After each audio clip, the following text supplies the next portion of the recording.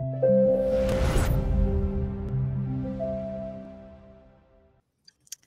à tous et bienvenue dans notre série de webinaires iSpring Solutions où nous parlons des tendances en matière de learning, partageons les conseils et astuces iSpring et examinons des études de cas clients. Aujourd'hui, nous avons invité l'expert en e-learning, Gilles, qui va présenter le sujet « Comment créer un serious game pour vos apprenants avec un outil auteur iSpring Suite ». Gilles, bonjour, comment allez-vous? Bonjour, ça va bien? Ok. Alors bonjour à toutes et à tous. Je suis connecté avec vous depuis Tahiti, donc on a 12 heures de différence. Donc il est le soir ici, le matin pour vous. Voilà, donc en fait je travaille depuis une vingtaine d'années sur le e-learning. Et à un moment donné, il m'a fallu un logiciel qui soit suffisamment puissant. Et donc, j'ai eu la chance de pouvoir acheter la licence iSpring qui était à l'époque à vie. Donc, j'ai sauté le pas. Et en fait, je suis très heureux parce que je m'aperçois que c'est un logiciel qui est extrêmement puissant quand on découvre toutes les possibilités qu'il a et qui m'aide beaucoup dans mes cours. La partie la plus intéressante en fait du logiciel pour moi, c'est que je peux diffuser les cours. Les jeunes téléchargent le cours sur leur téléphone et peuvent voir le cours lorsqu'ils le souhaitent. C'est ce qu'on appelle la pédagogie différenciée, c'est-à-dire qu'ils peuvent voir le cours avant le cours ou peuvent voir après le cours. Donc ça m'aide comme complément en fait de mes cours en physique. Voilà. N'hésitez pas à me poser toutes les questions que vous auriez et j'arrête à tous les moments. Donc, en fait, ce que j'ai fait, je vais partager mon écran et je vais vous montrer en fait mon site internet. Alors en fait, mon site s'appelle Hotelio Academy. Donc moi, je suis spécialisé dans le tourisme. Je travaille au lycée hôtelier de Tahiti. Et donc, j'ai créé tout un ensemble de serious games sur le thème de l'hôtellerie et du tourisme.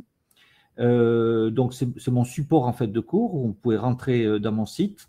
Et en fait, c'est un site qui est gratuit. Donc, vous voyez, j'ai créé tout un métaverse en fait où vous voyez la carte ici. Et vous choisissez un avatar d'élève et vous pouvez étudier un aspect dans le monde entier lié au tourisme ou à l'hôtellerie. Voilà, si vous allez, vous pouvez aller voir certains cours en cliquant sur la bibliothèque, voilà, et vous avez des exemples de cours, voilà.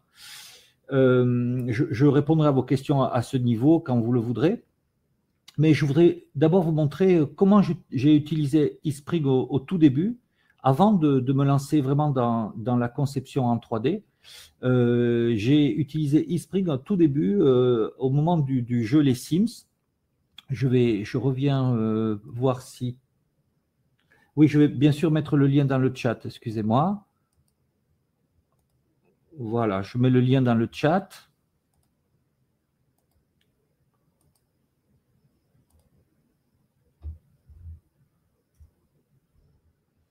Voilà, alors je vous donne un premier exemple.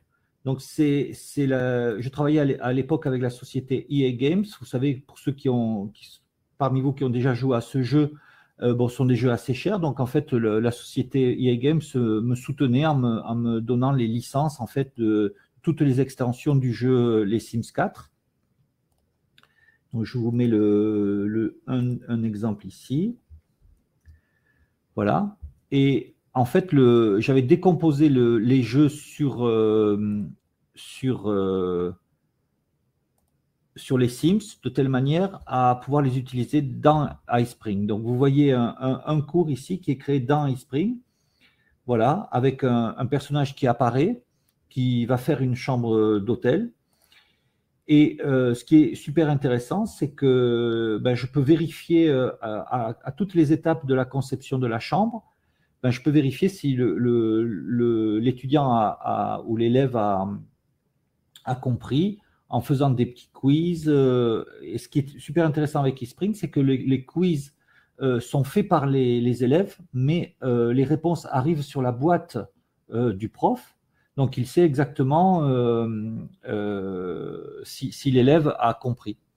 Et puis, à la fin de chaque module, en fait, je leur donnais un nouveau mot de passe. Donc, il fallait avoir réussi une étape pour pouvoir passer à la suivante. Alors, je repars pour voir si vous avez des questions. OK, pour l'instant, non. Voilà. Donc, voilà à quoi ressemblaient mes cours il y a une dizaine d'années environ.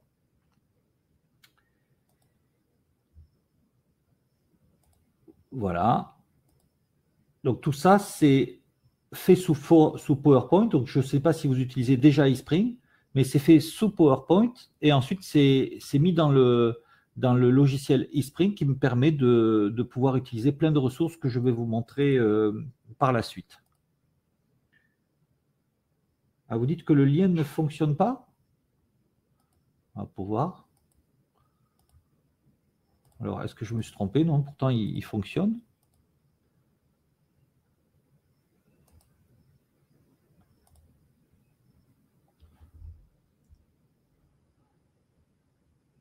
OK. Alors, maintenant, je vais vous montrer ce que je fais aujourd'hui. Donc, c'est plus intéressant. Donc, j'ai changé de logiciel puisque je travaille avec un logiciel beaucoup plus puissant en fait de création de 3D. Alors, ce logiciel s'appelle Poser. Donc, Poser, je vous mets le nom du logiciel. Et ce sont des logiciels qui sont utilisés dans les jeux vidéo, donc qui me permettent de faire des fonds d'écran et aussi des personnages. Donc, j'ai des personnages qui sont faits même à l'image de mes élèves et ça leur plaît beaucoup. Et alors, ce qui est intéressant, c'est que j'ai pu intégrer des vidéos. Alors, vous voyez ici, vous avez un univers qui est créé par il y a plusieurs logiciels. Le logiciel Poser me permet de faire les personnages et vous voyez que ce sont des personnages polynésiens qui ont été créés de A à Z. Alors, il faut savoir qu'avec eSpring, vous avez une banque de données de personnages qui est très bien faite puisque les personnages ont leurs propres émotions. Mais j'ai essayé d'avoir mes propres personnages à moi qui sont à l'effigie de mes élèves. Et donc, grâce à la réalité augmentée, mes élèves, en utilisant leur téléphone et en le mettant dans ce qu'on appelle un Google Cardboard, c'est-à-dire un casque en carton, peuvent eux-mêmes avancer dans le jeu en utilisant par exemple le logiciel SketchUp Viewer. Voilà. Et donc l'histoire commence. Donc en fait, c'est une jeune fille qui va devenir une championne de surf et qui va à terme réussir à surfer une vague qui est extrêmement dangereuse ici et qui va être la vague des Jeux Olympiques en fait de 2024 puisqu'ils vont se jouer à Teahupo'o. Quand vous voyez la vague, elle est vraiment impressionnante. Donc la jeune fille va rencontrer un ancien champion de surf, donc là vous voyez elle y va. Et petit à petit, en suivant des leçons, eh bien, va réussir à surfer. Alors, vous pourrez jouer, je vous laisse le temps à vous d'y jouer. Je vais voir si vous avez des questions. Non, pour l'instant, ça va. Alors, pourquoi c'est intéressant, particulièrement eSpring? C'est que, vous voyez, donc, si je prends la suite de mon jeu, donc je vous passe l'histoire, hein, parce que ce n'est pas très important. Ce qui est important, c'est la technique ce soir. Vous avez le champion de surf qui va s'adresser à elle. Voilà. Et à la fin de la séquence, vous avez un test. Alors, ce qui est très intéressant, c'est que le test, vous devrez y répondre en rentrant votre prénom et votre mail. Donc voilà, vous avez le mien si vous... Je vous laisse 2 secondes si vous avez envie de m'écrire. Voilà.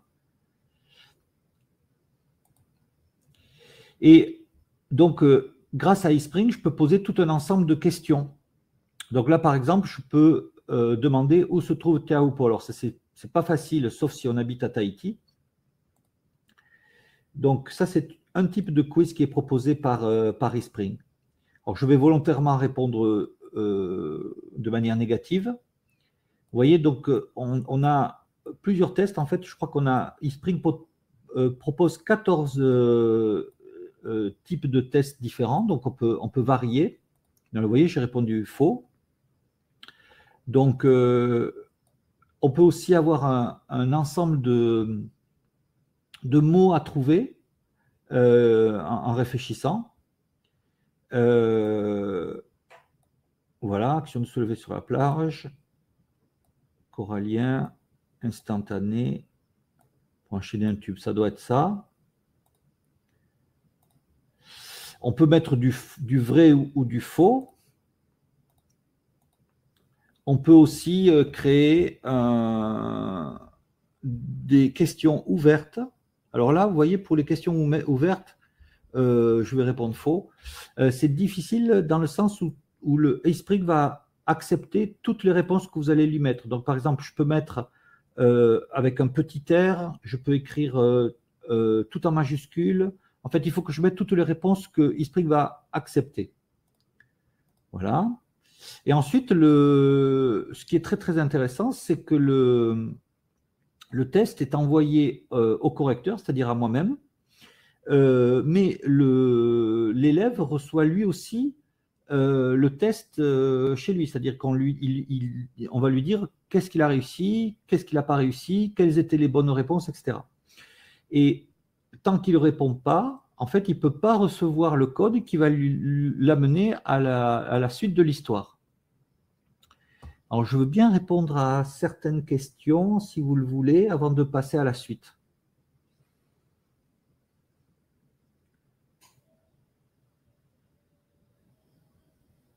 Alors, vous demandez pourquoi l'étudiant doit préciser son adresse email au début. Comment faire pour recevoir l'adresse mail du participant? Eh bien, en fait, évidemment, comme mon université virtuelle est fermée, je veux savoir qui répond à mon test, parce qu'en fait, c'est réservé en fait à mes étudiants. Je ne sais pas si je réponds à votre question. Alors, hébergez-vous le cours. Donc, eSpring propose une solution d'hébergement qui est assez chère. Pour l'instant, je suis toujours chez eSpring. C'est une solution qui me coûte environ 500 € par an. Donc, ce n'est pas une solution très chère, mais ça me permet d'avoir un stockage correct. Voilà.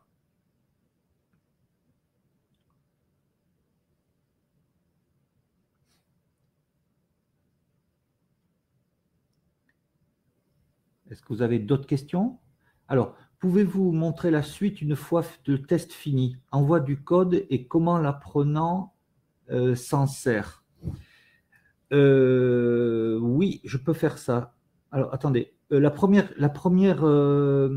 partie de votre question, oui, je peux aller voir sur ma boîte email tout à l'heure et on redonnera la parole à Anastasia et j'irai vous montrer à quoi ressemble la réponse de l'étudiant.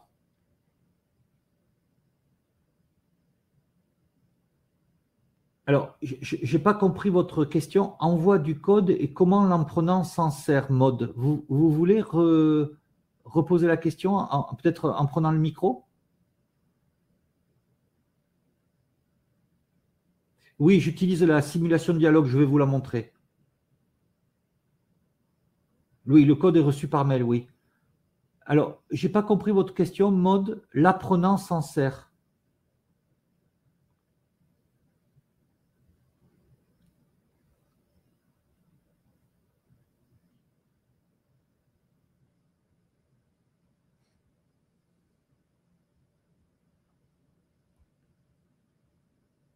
Mode, vous voulez repréciser votre question?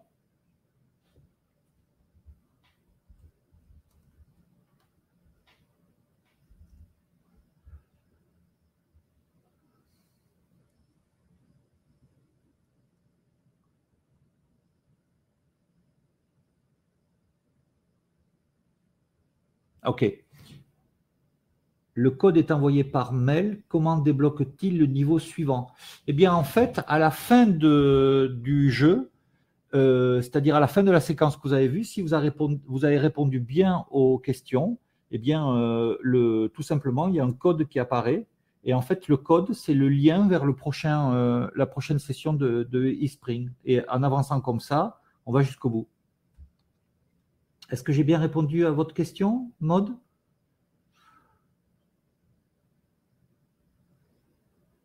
Ok. Alors, une chose qui est intéressante aussi, c'est que sur eSpring, on peut prendre le contrôle des personnages. Vous voyez, donc là, vous avez ça, c'est super intéressant comme fonctionnalité. Donc, vous voyez le prof de surf qui arrive. Alors, je fais quelque chose de très simple pour vous montrer là maintenant. Donc, il y a Orana, ça veut dire bonjour en tahitien. Est-ce que tu as révisé les règles de priorité pour surfer la vague? Donc, si on répond comme il faut, en fait, il est toujours content. En fait, sa figure est joyeuse. Mais par contre, si on répond mal, en fait, il va changer de visage et il va perdre des points. Donc ça intéresse les jeunes parce que ça les fait rentrer un peu dans le système des jeux vidéo. Donc, il faut qu'ils soient toujours en vert et jamais en rouge. Donc, voici la première question. Dis-moi qui est prioritaire par rapport au pic de la vague. Le surfeur le plus proche du pic est prioritaire sur toute la longueur de la vague. Le surfeur le plus proche du pic est prioritaire uniquement sur une zone de 10 mètres à droite et à gauche du pic. Voilà, donc là, j'ai répondu mal. Et vous voyez que l'attitude du prof a changé et il a un smiley négatif. Et donc, il faut essayer de rattraper le niveau, c'est-à-dire revenir à une barre verte.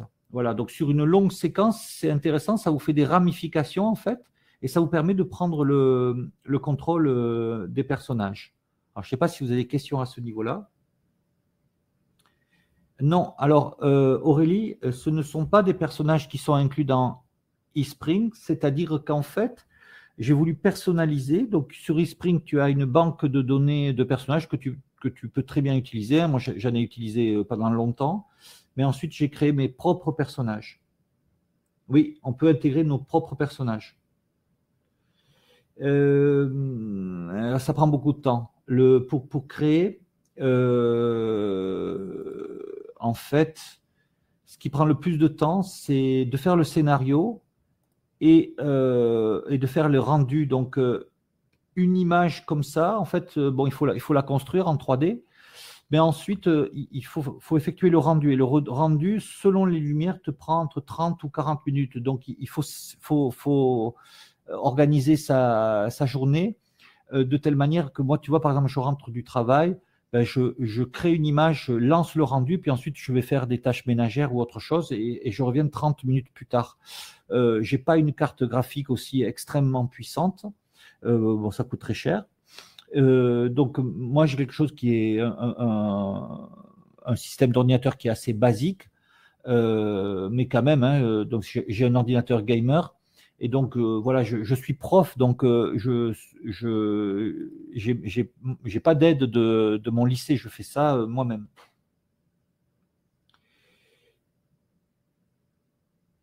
Oui, alors, pour créer les personnages, le lien, c'est Poser, logiciel Poser.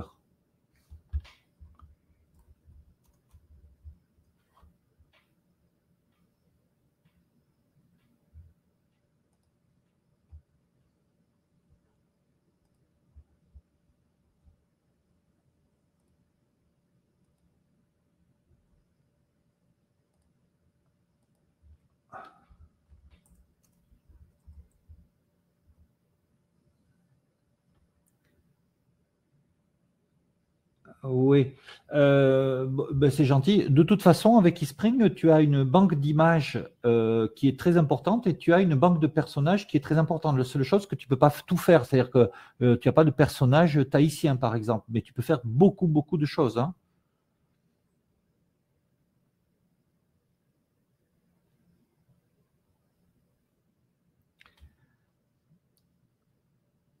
OK.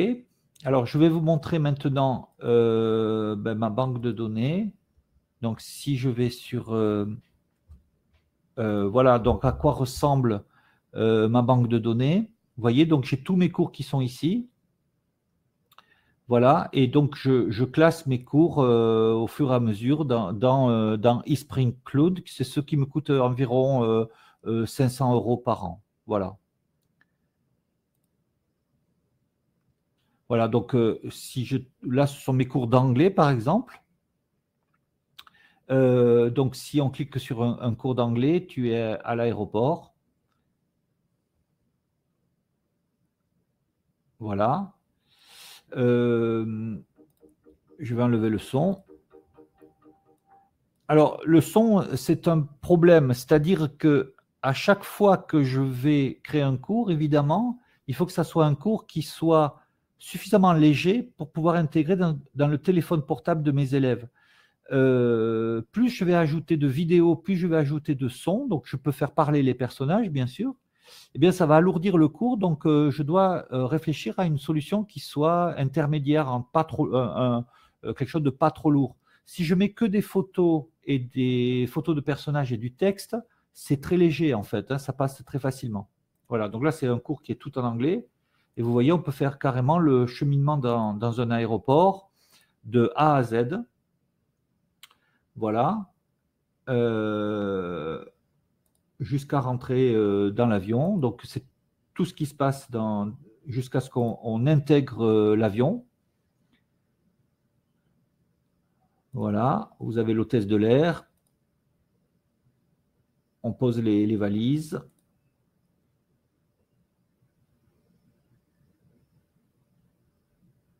Voilà.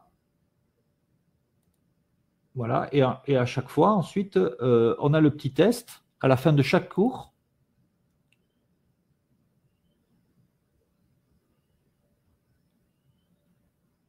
Voilà, donc c'est toujours en anglais.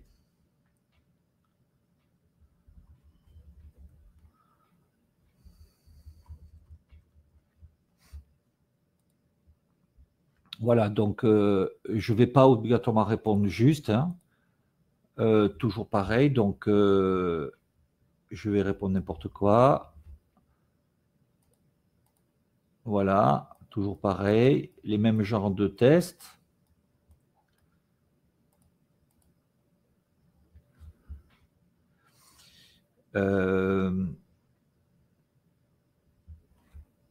Voilà. Ça permet à mes élèves de pouvoir réviser toutes les notions d'anglais liées au transport aérien. Voilà, ça peut être des tests compliqués, hein, et évidemment, ça me sert au quotidien dans mes cours.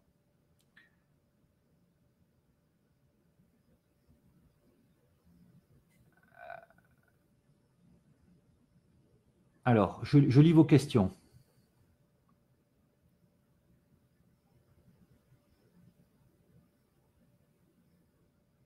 Alors, es-tu le seul à concevoir ou as-tu une assistante métier, par exemple, sur des thématiques hors de ton champ? Alors, ça, c'est une très bonne question. Effectivement, j'ai créé dernièrement un cours d'histoire sur le fait nucléaire, sur la bombe nucléaire, en fait. Et donc là, je travaille avec le prof d'histoire.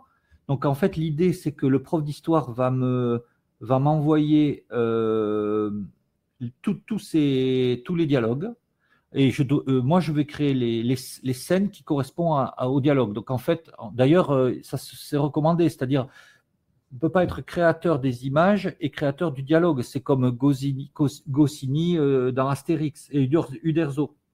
Uderzo, il faisait les dessins et Goscinny faisait les dialogues. Et quand Goscinny est mort, en fait, Astérix n'a pas eu la même saveur parce que les dialogues étaient moins bons. Les lecteurs d'Astérix l'ont tout de suite senti. Il faudrait presque être plusieurs, tu vois. Il faudrait qu'il y ait quelqu'un qui fasse les dialogues et l'autre qui fasse les images.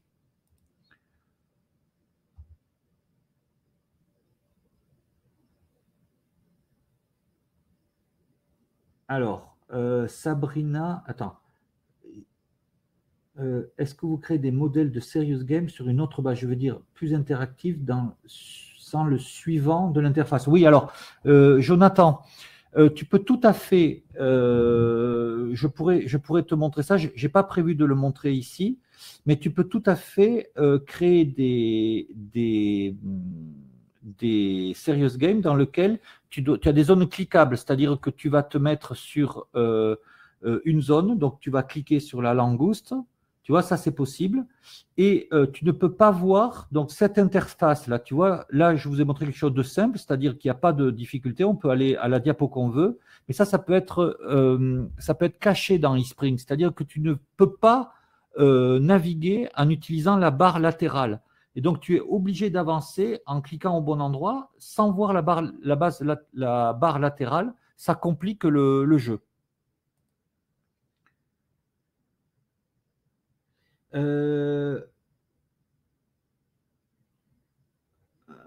Sabrina, je ne comprends pas bien ta question. Dans l'exemple de l'aéroport, vous n'utilisez pas la simulation de dialogue. Vous avez conçu un fond de diapo et les personnages, et ensuite vous utilisez des activités eSpring. Et je ne comprends pas bien la question. Tu vas me la reposer, Sabrina. Je ne sais pas, Anastasia, si Sabrina peut parler. C'est ça? Peut me parler, c'est possible, si elle prend le micro? Alors, Karima, pouvez-vous nous montrer un exemple réel sur le processus de création de scène ou de test? Alors, en fait, donc, poseur, tu vois, à quoi ça ressemble? Donc,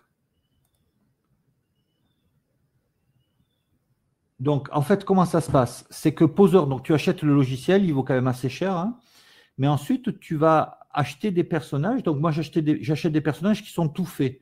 Donc par exemple, tu vois, je peux acheter cette maison. Cette maison, voilà. Et donc cette maison apparaît comme ça, mais quand tu es dans le logiciel, en fait, tu vas pouvoir rentrer à l'intérieur. Et donc à chaque fois, tu fais un rendu, c'est-à-dire une image qui sort de ton ordinateur, que tu mets de côté, puis tu avances comme ça. Et ce qui prend du temps, c'est de faire chaque image les unes après les autres. C'est plus facile que si tu vas chercher des images sur Internet, parce que déjà, bon, j'ai les droits, puisque tu as acheté l'environnement 3D. Et donc, après, avec une seule maison, si tu veux, tu peux faire 15 cours différents.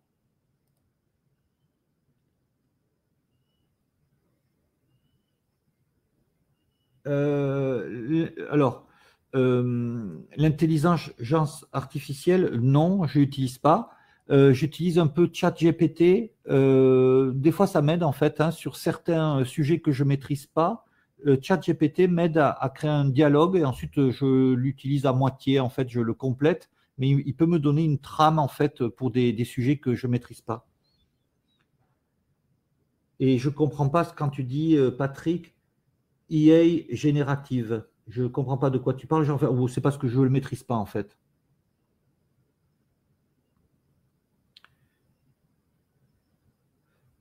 Anastasia, est-ce que tu veux reprendre la main pendant que je vais chercher à quoi ressemble. Ah oui, oui, oui, j'utilise ChatGPT dans certains cas, oui. Anastasia, est-ce que tu veux reprendre la main le temps que j'aille chercher à quoi ressemble ce que je reçois sur mon mail?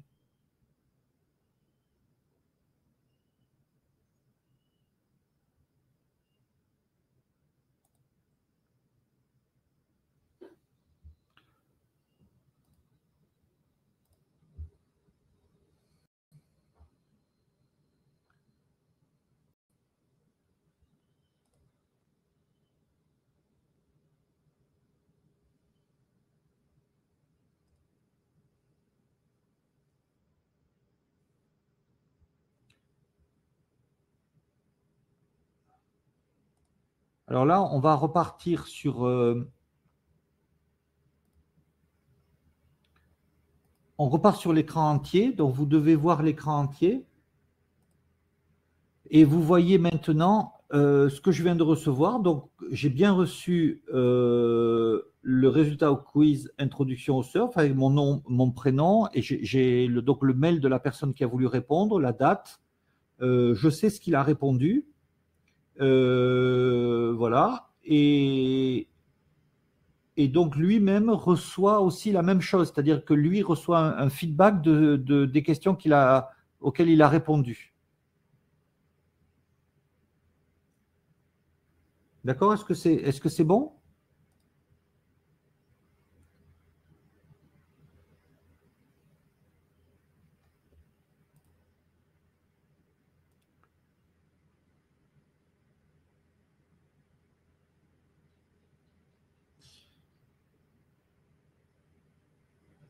Oui, je continue alors. Je vois qu'il n'y a plus de questions. Donc, est-ce que j'ai répondu à toutes vos interrogations jusqu'à présent?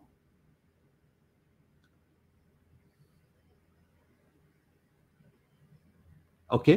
Alors, en fait, donc vous voyez la bibliothèque sur Othelio Academy. Je vais repartir parce que là, je ne suis pas en train de partager mon écran.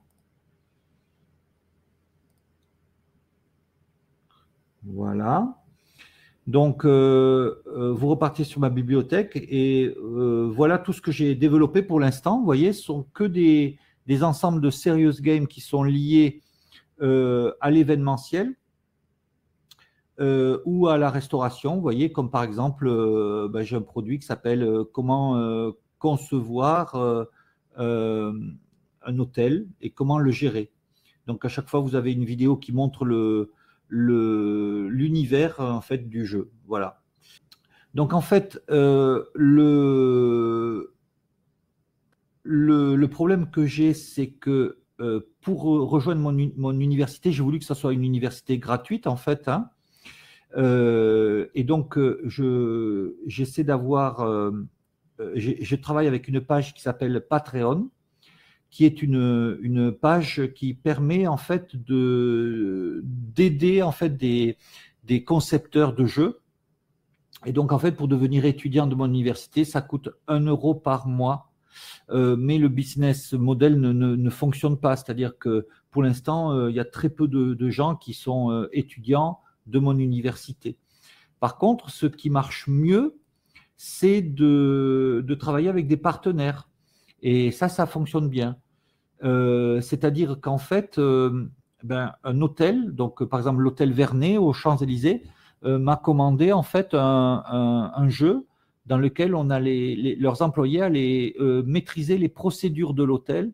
Et donc je travaille avec des personnages qui ressemblent aux employés de l'hôtel, qui sont habillés comme eux et qui évoluent dans l'univers de l'hôtel. Donc ça marche plutôt bien. Et c'est comme ça en fait que je réussis à faire tourner Othelio Academy.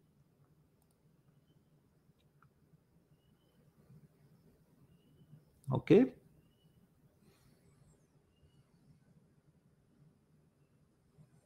Ce qui est intéressant, c'est que, je vais arrêter le partage, ce qui est intéressant, c'est de pouvoir proposer à n'importe quelle société, en fait, un système de e-learning dans lequel vous allez faire la promotion de la société, puisque vous allez recréer leur univers avec des personnages qui ressemblent aux employés et qu'ils vont pouvoir utiliser en interne, en fait, pour former leur personnel.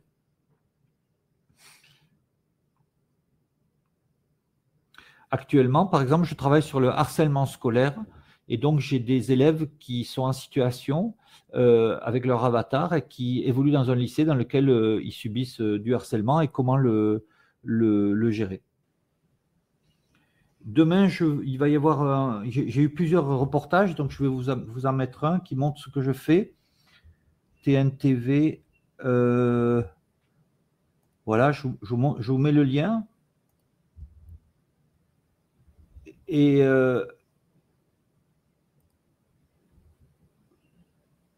voilà, et sur ce reportage, vous verrez, attendez, je partage mon écran.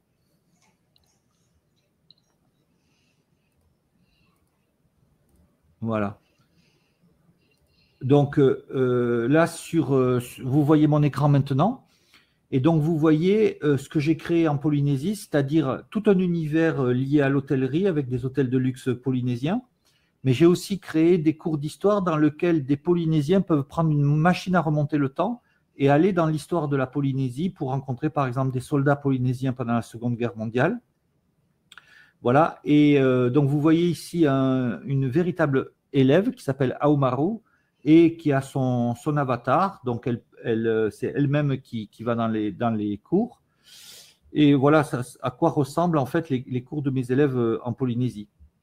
Et si vous cliquez sur le lien, vous pourrez voir le petit reportage, je ne vais pas le montrer maintenant, qui explique comment mes élèves utilisent ce lycée hôtelier virtuel au quotidien.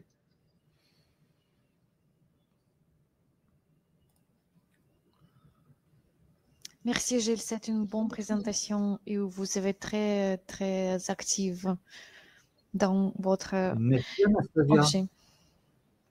Et Anastasia, je profite qu'il y ait tout le monde connecté pour te remercier pour ta gentillesse et ta disponibilité à chaque fois que j'ai besoin d'aide. Merci à vous. Si vous n'avez pas gardé tous les liens que Gilles a partagés, je vais les ajouter dans les emails et vous allez les recevoir. Ok, parfait. N'hésitez pas à revenir vers moi pour toute question que vous pourrez avoir pour qu'on puisse partager ma petite expérience avec eSpring. Je vous dis au revoir. Et donc, pour nous, c'est la nuit d'ici à Tahiti et vous le matin. Au revoir. Au revoir. Bonne nuit, bonne journée.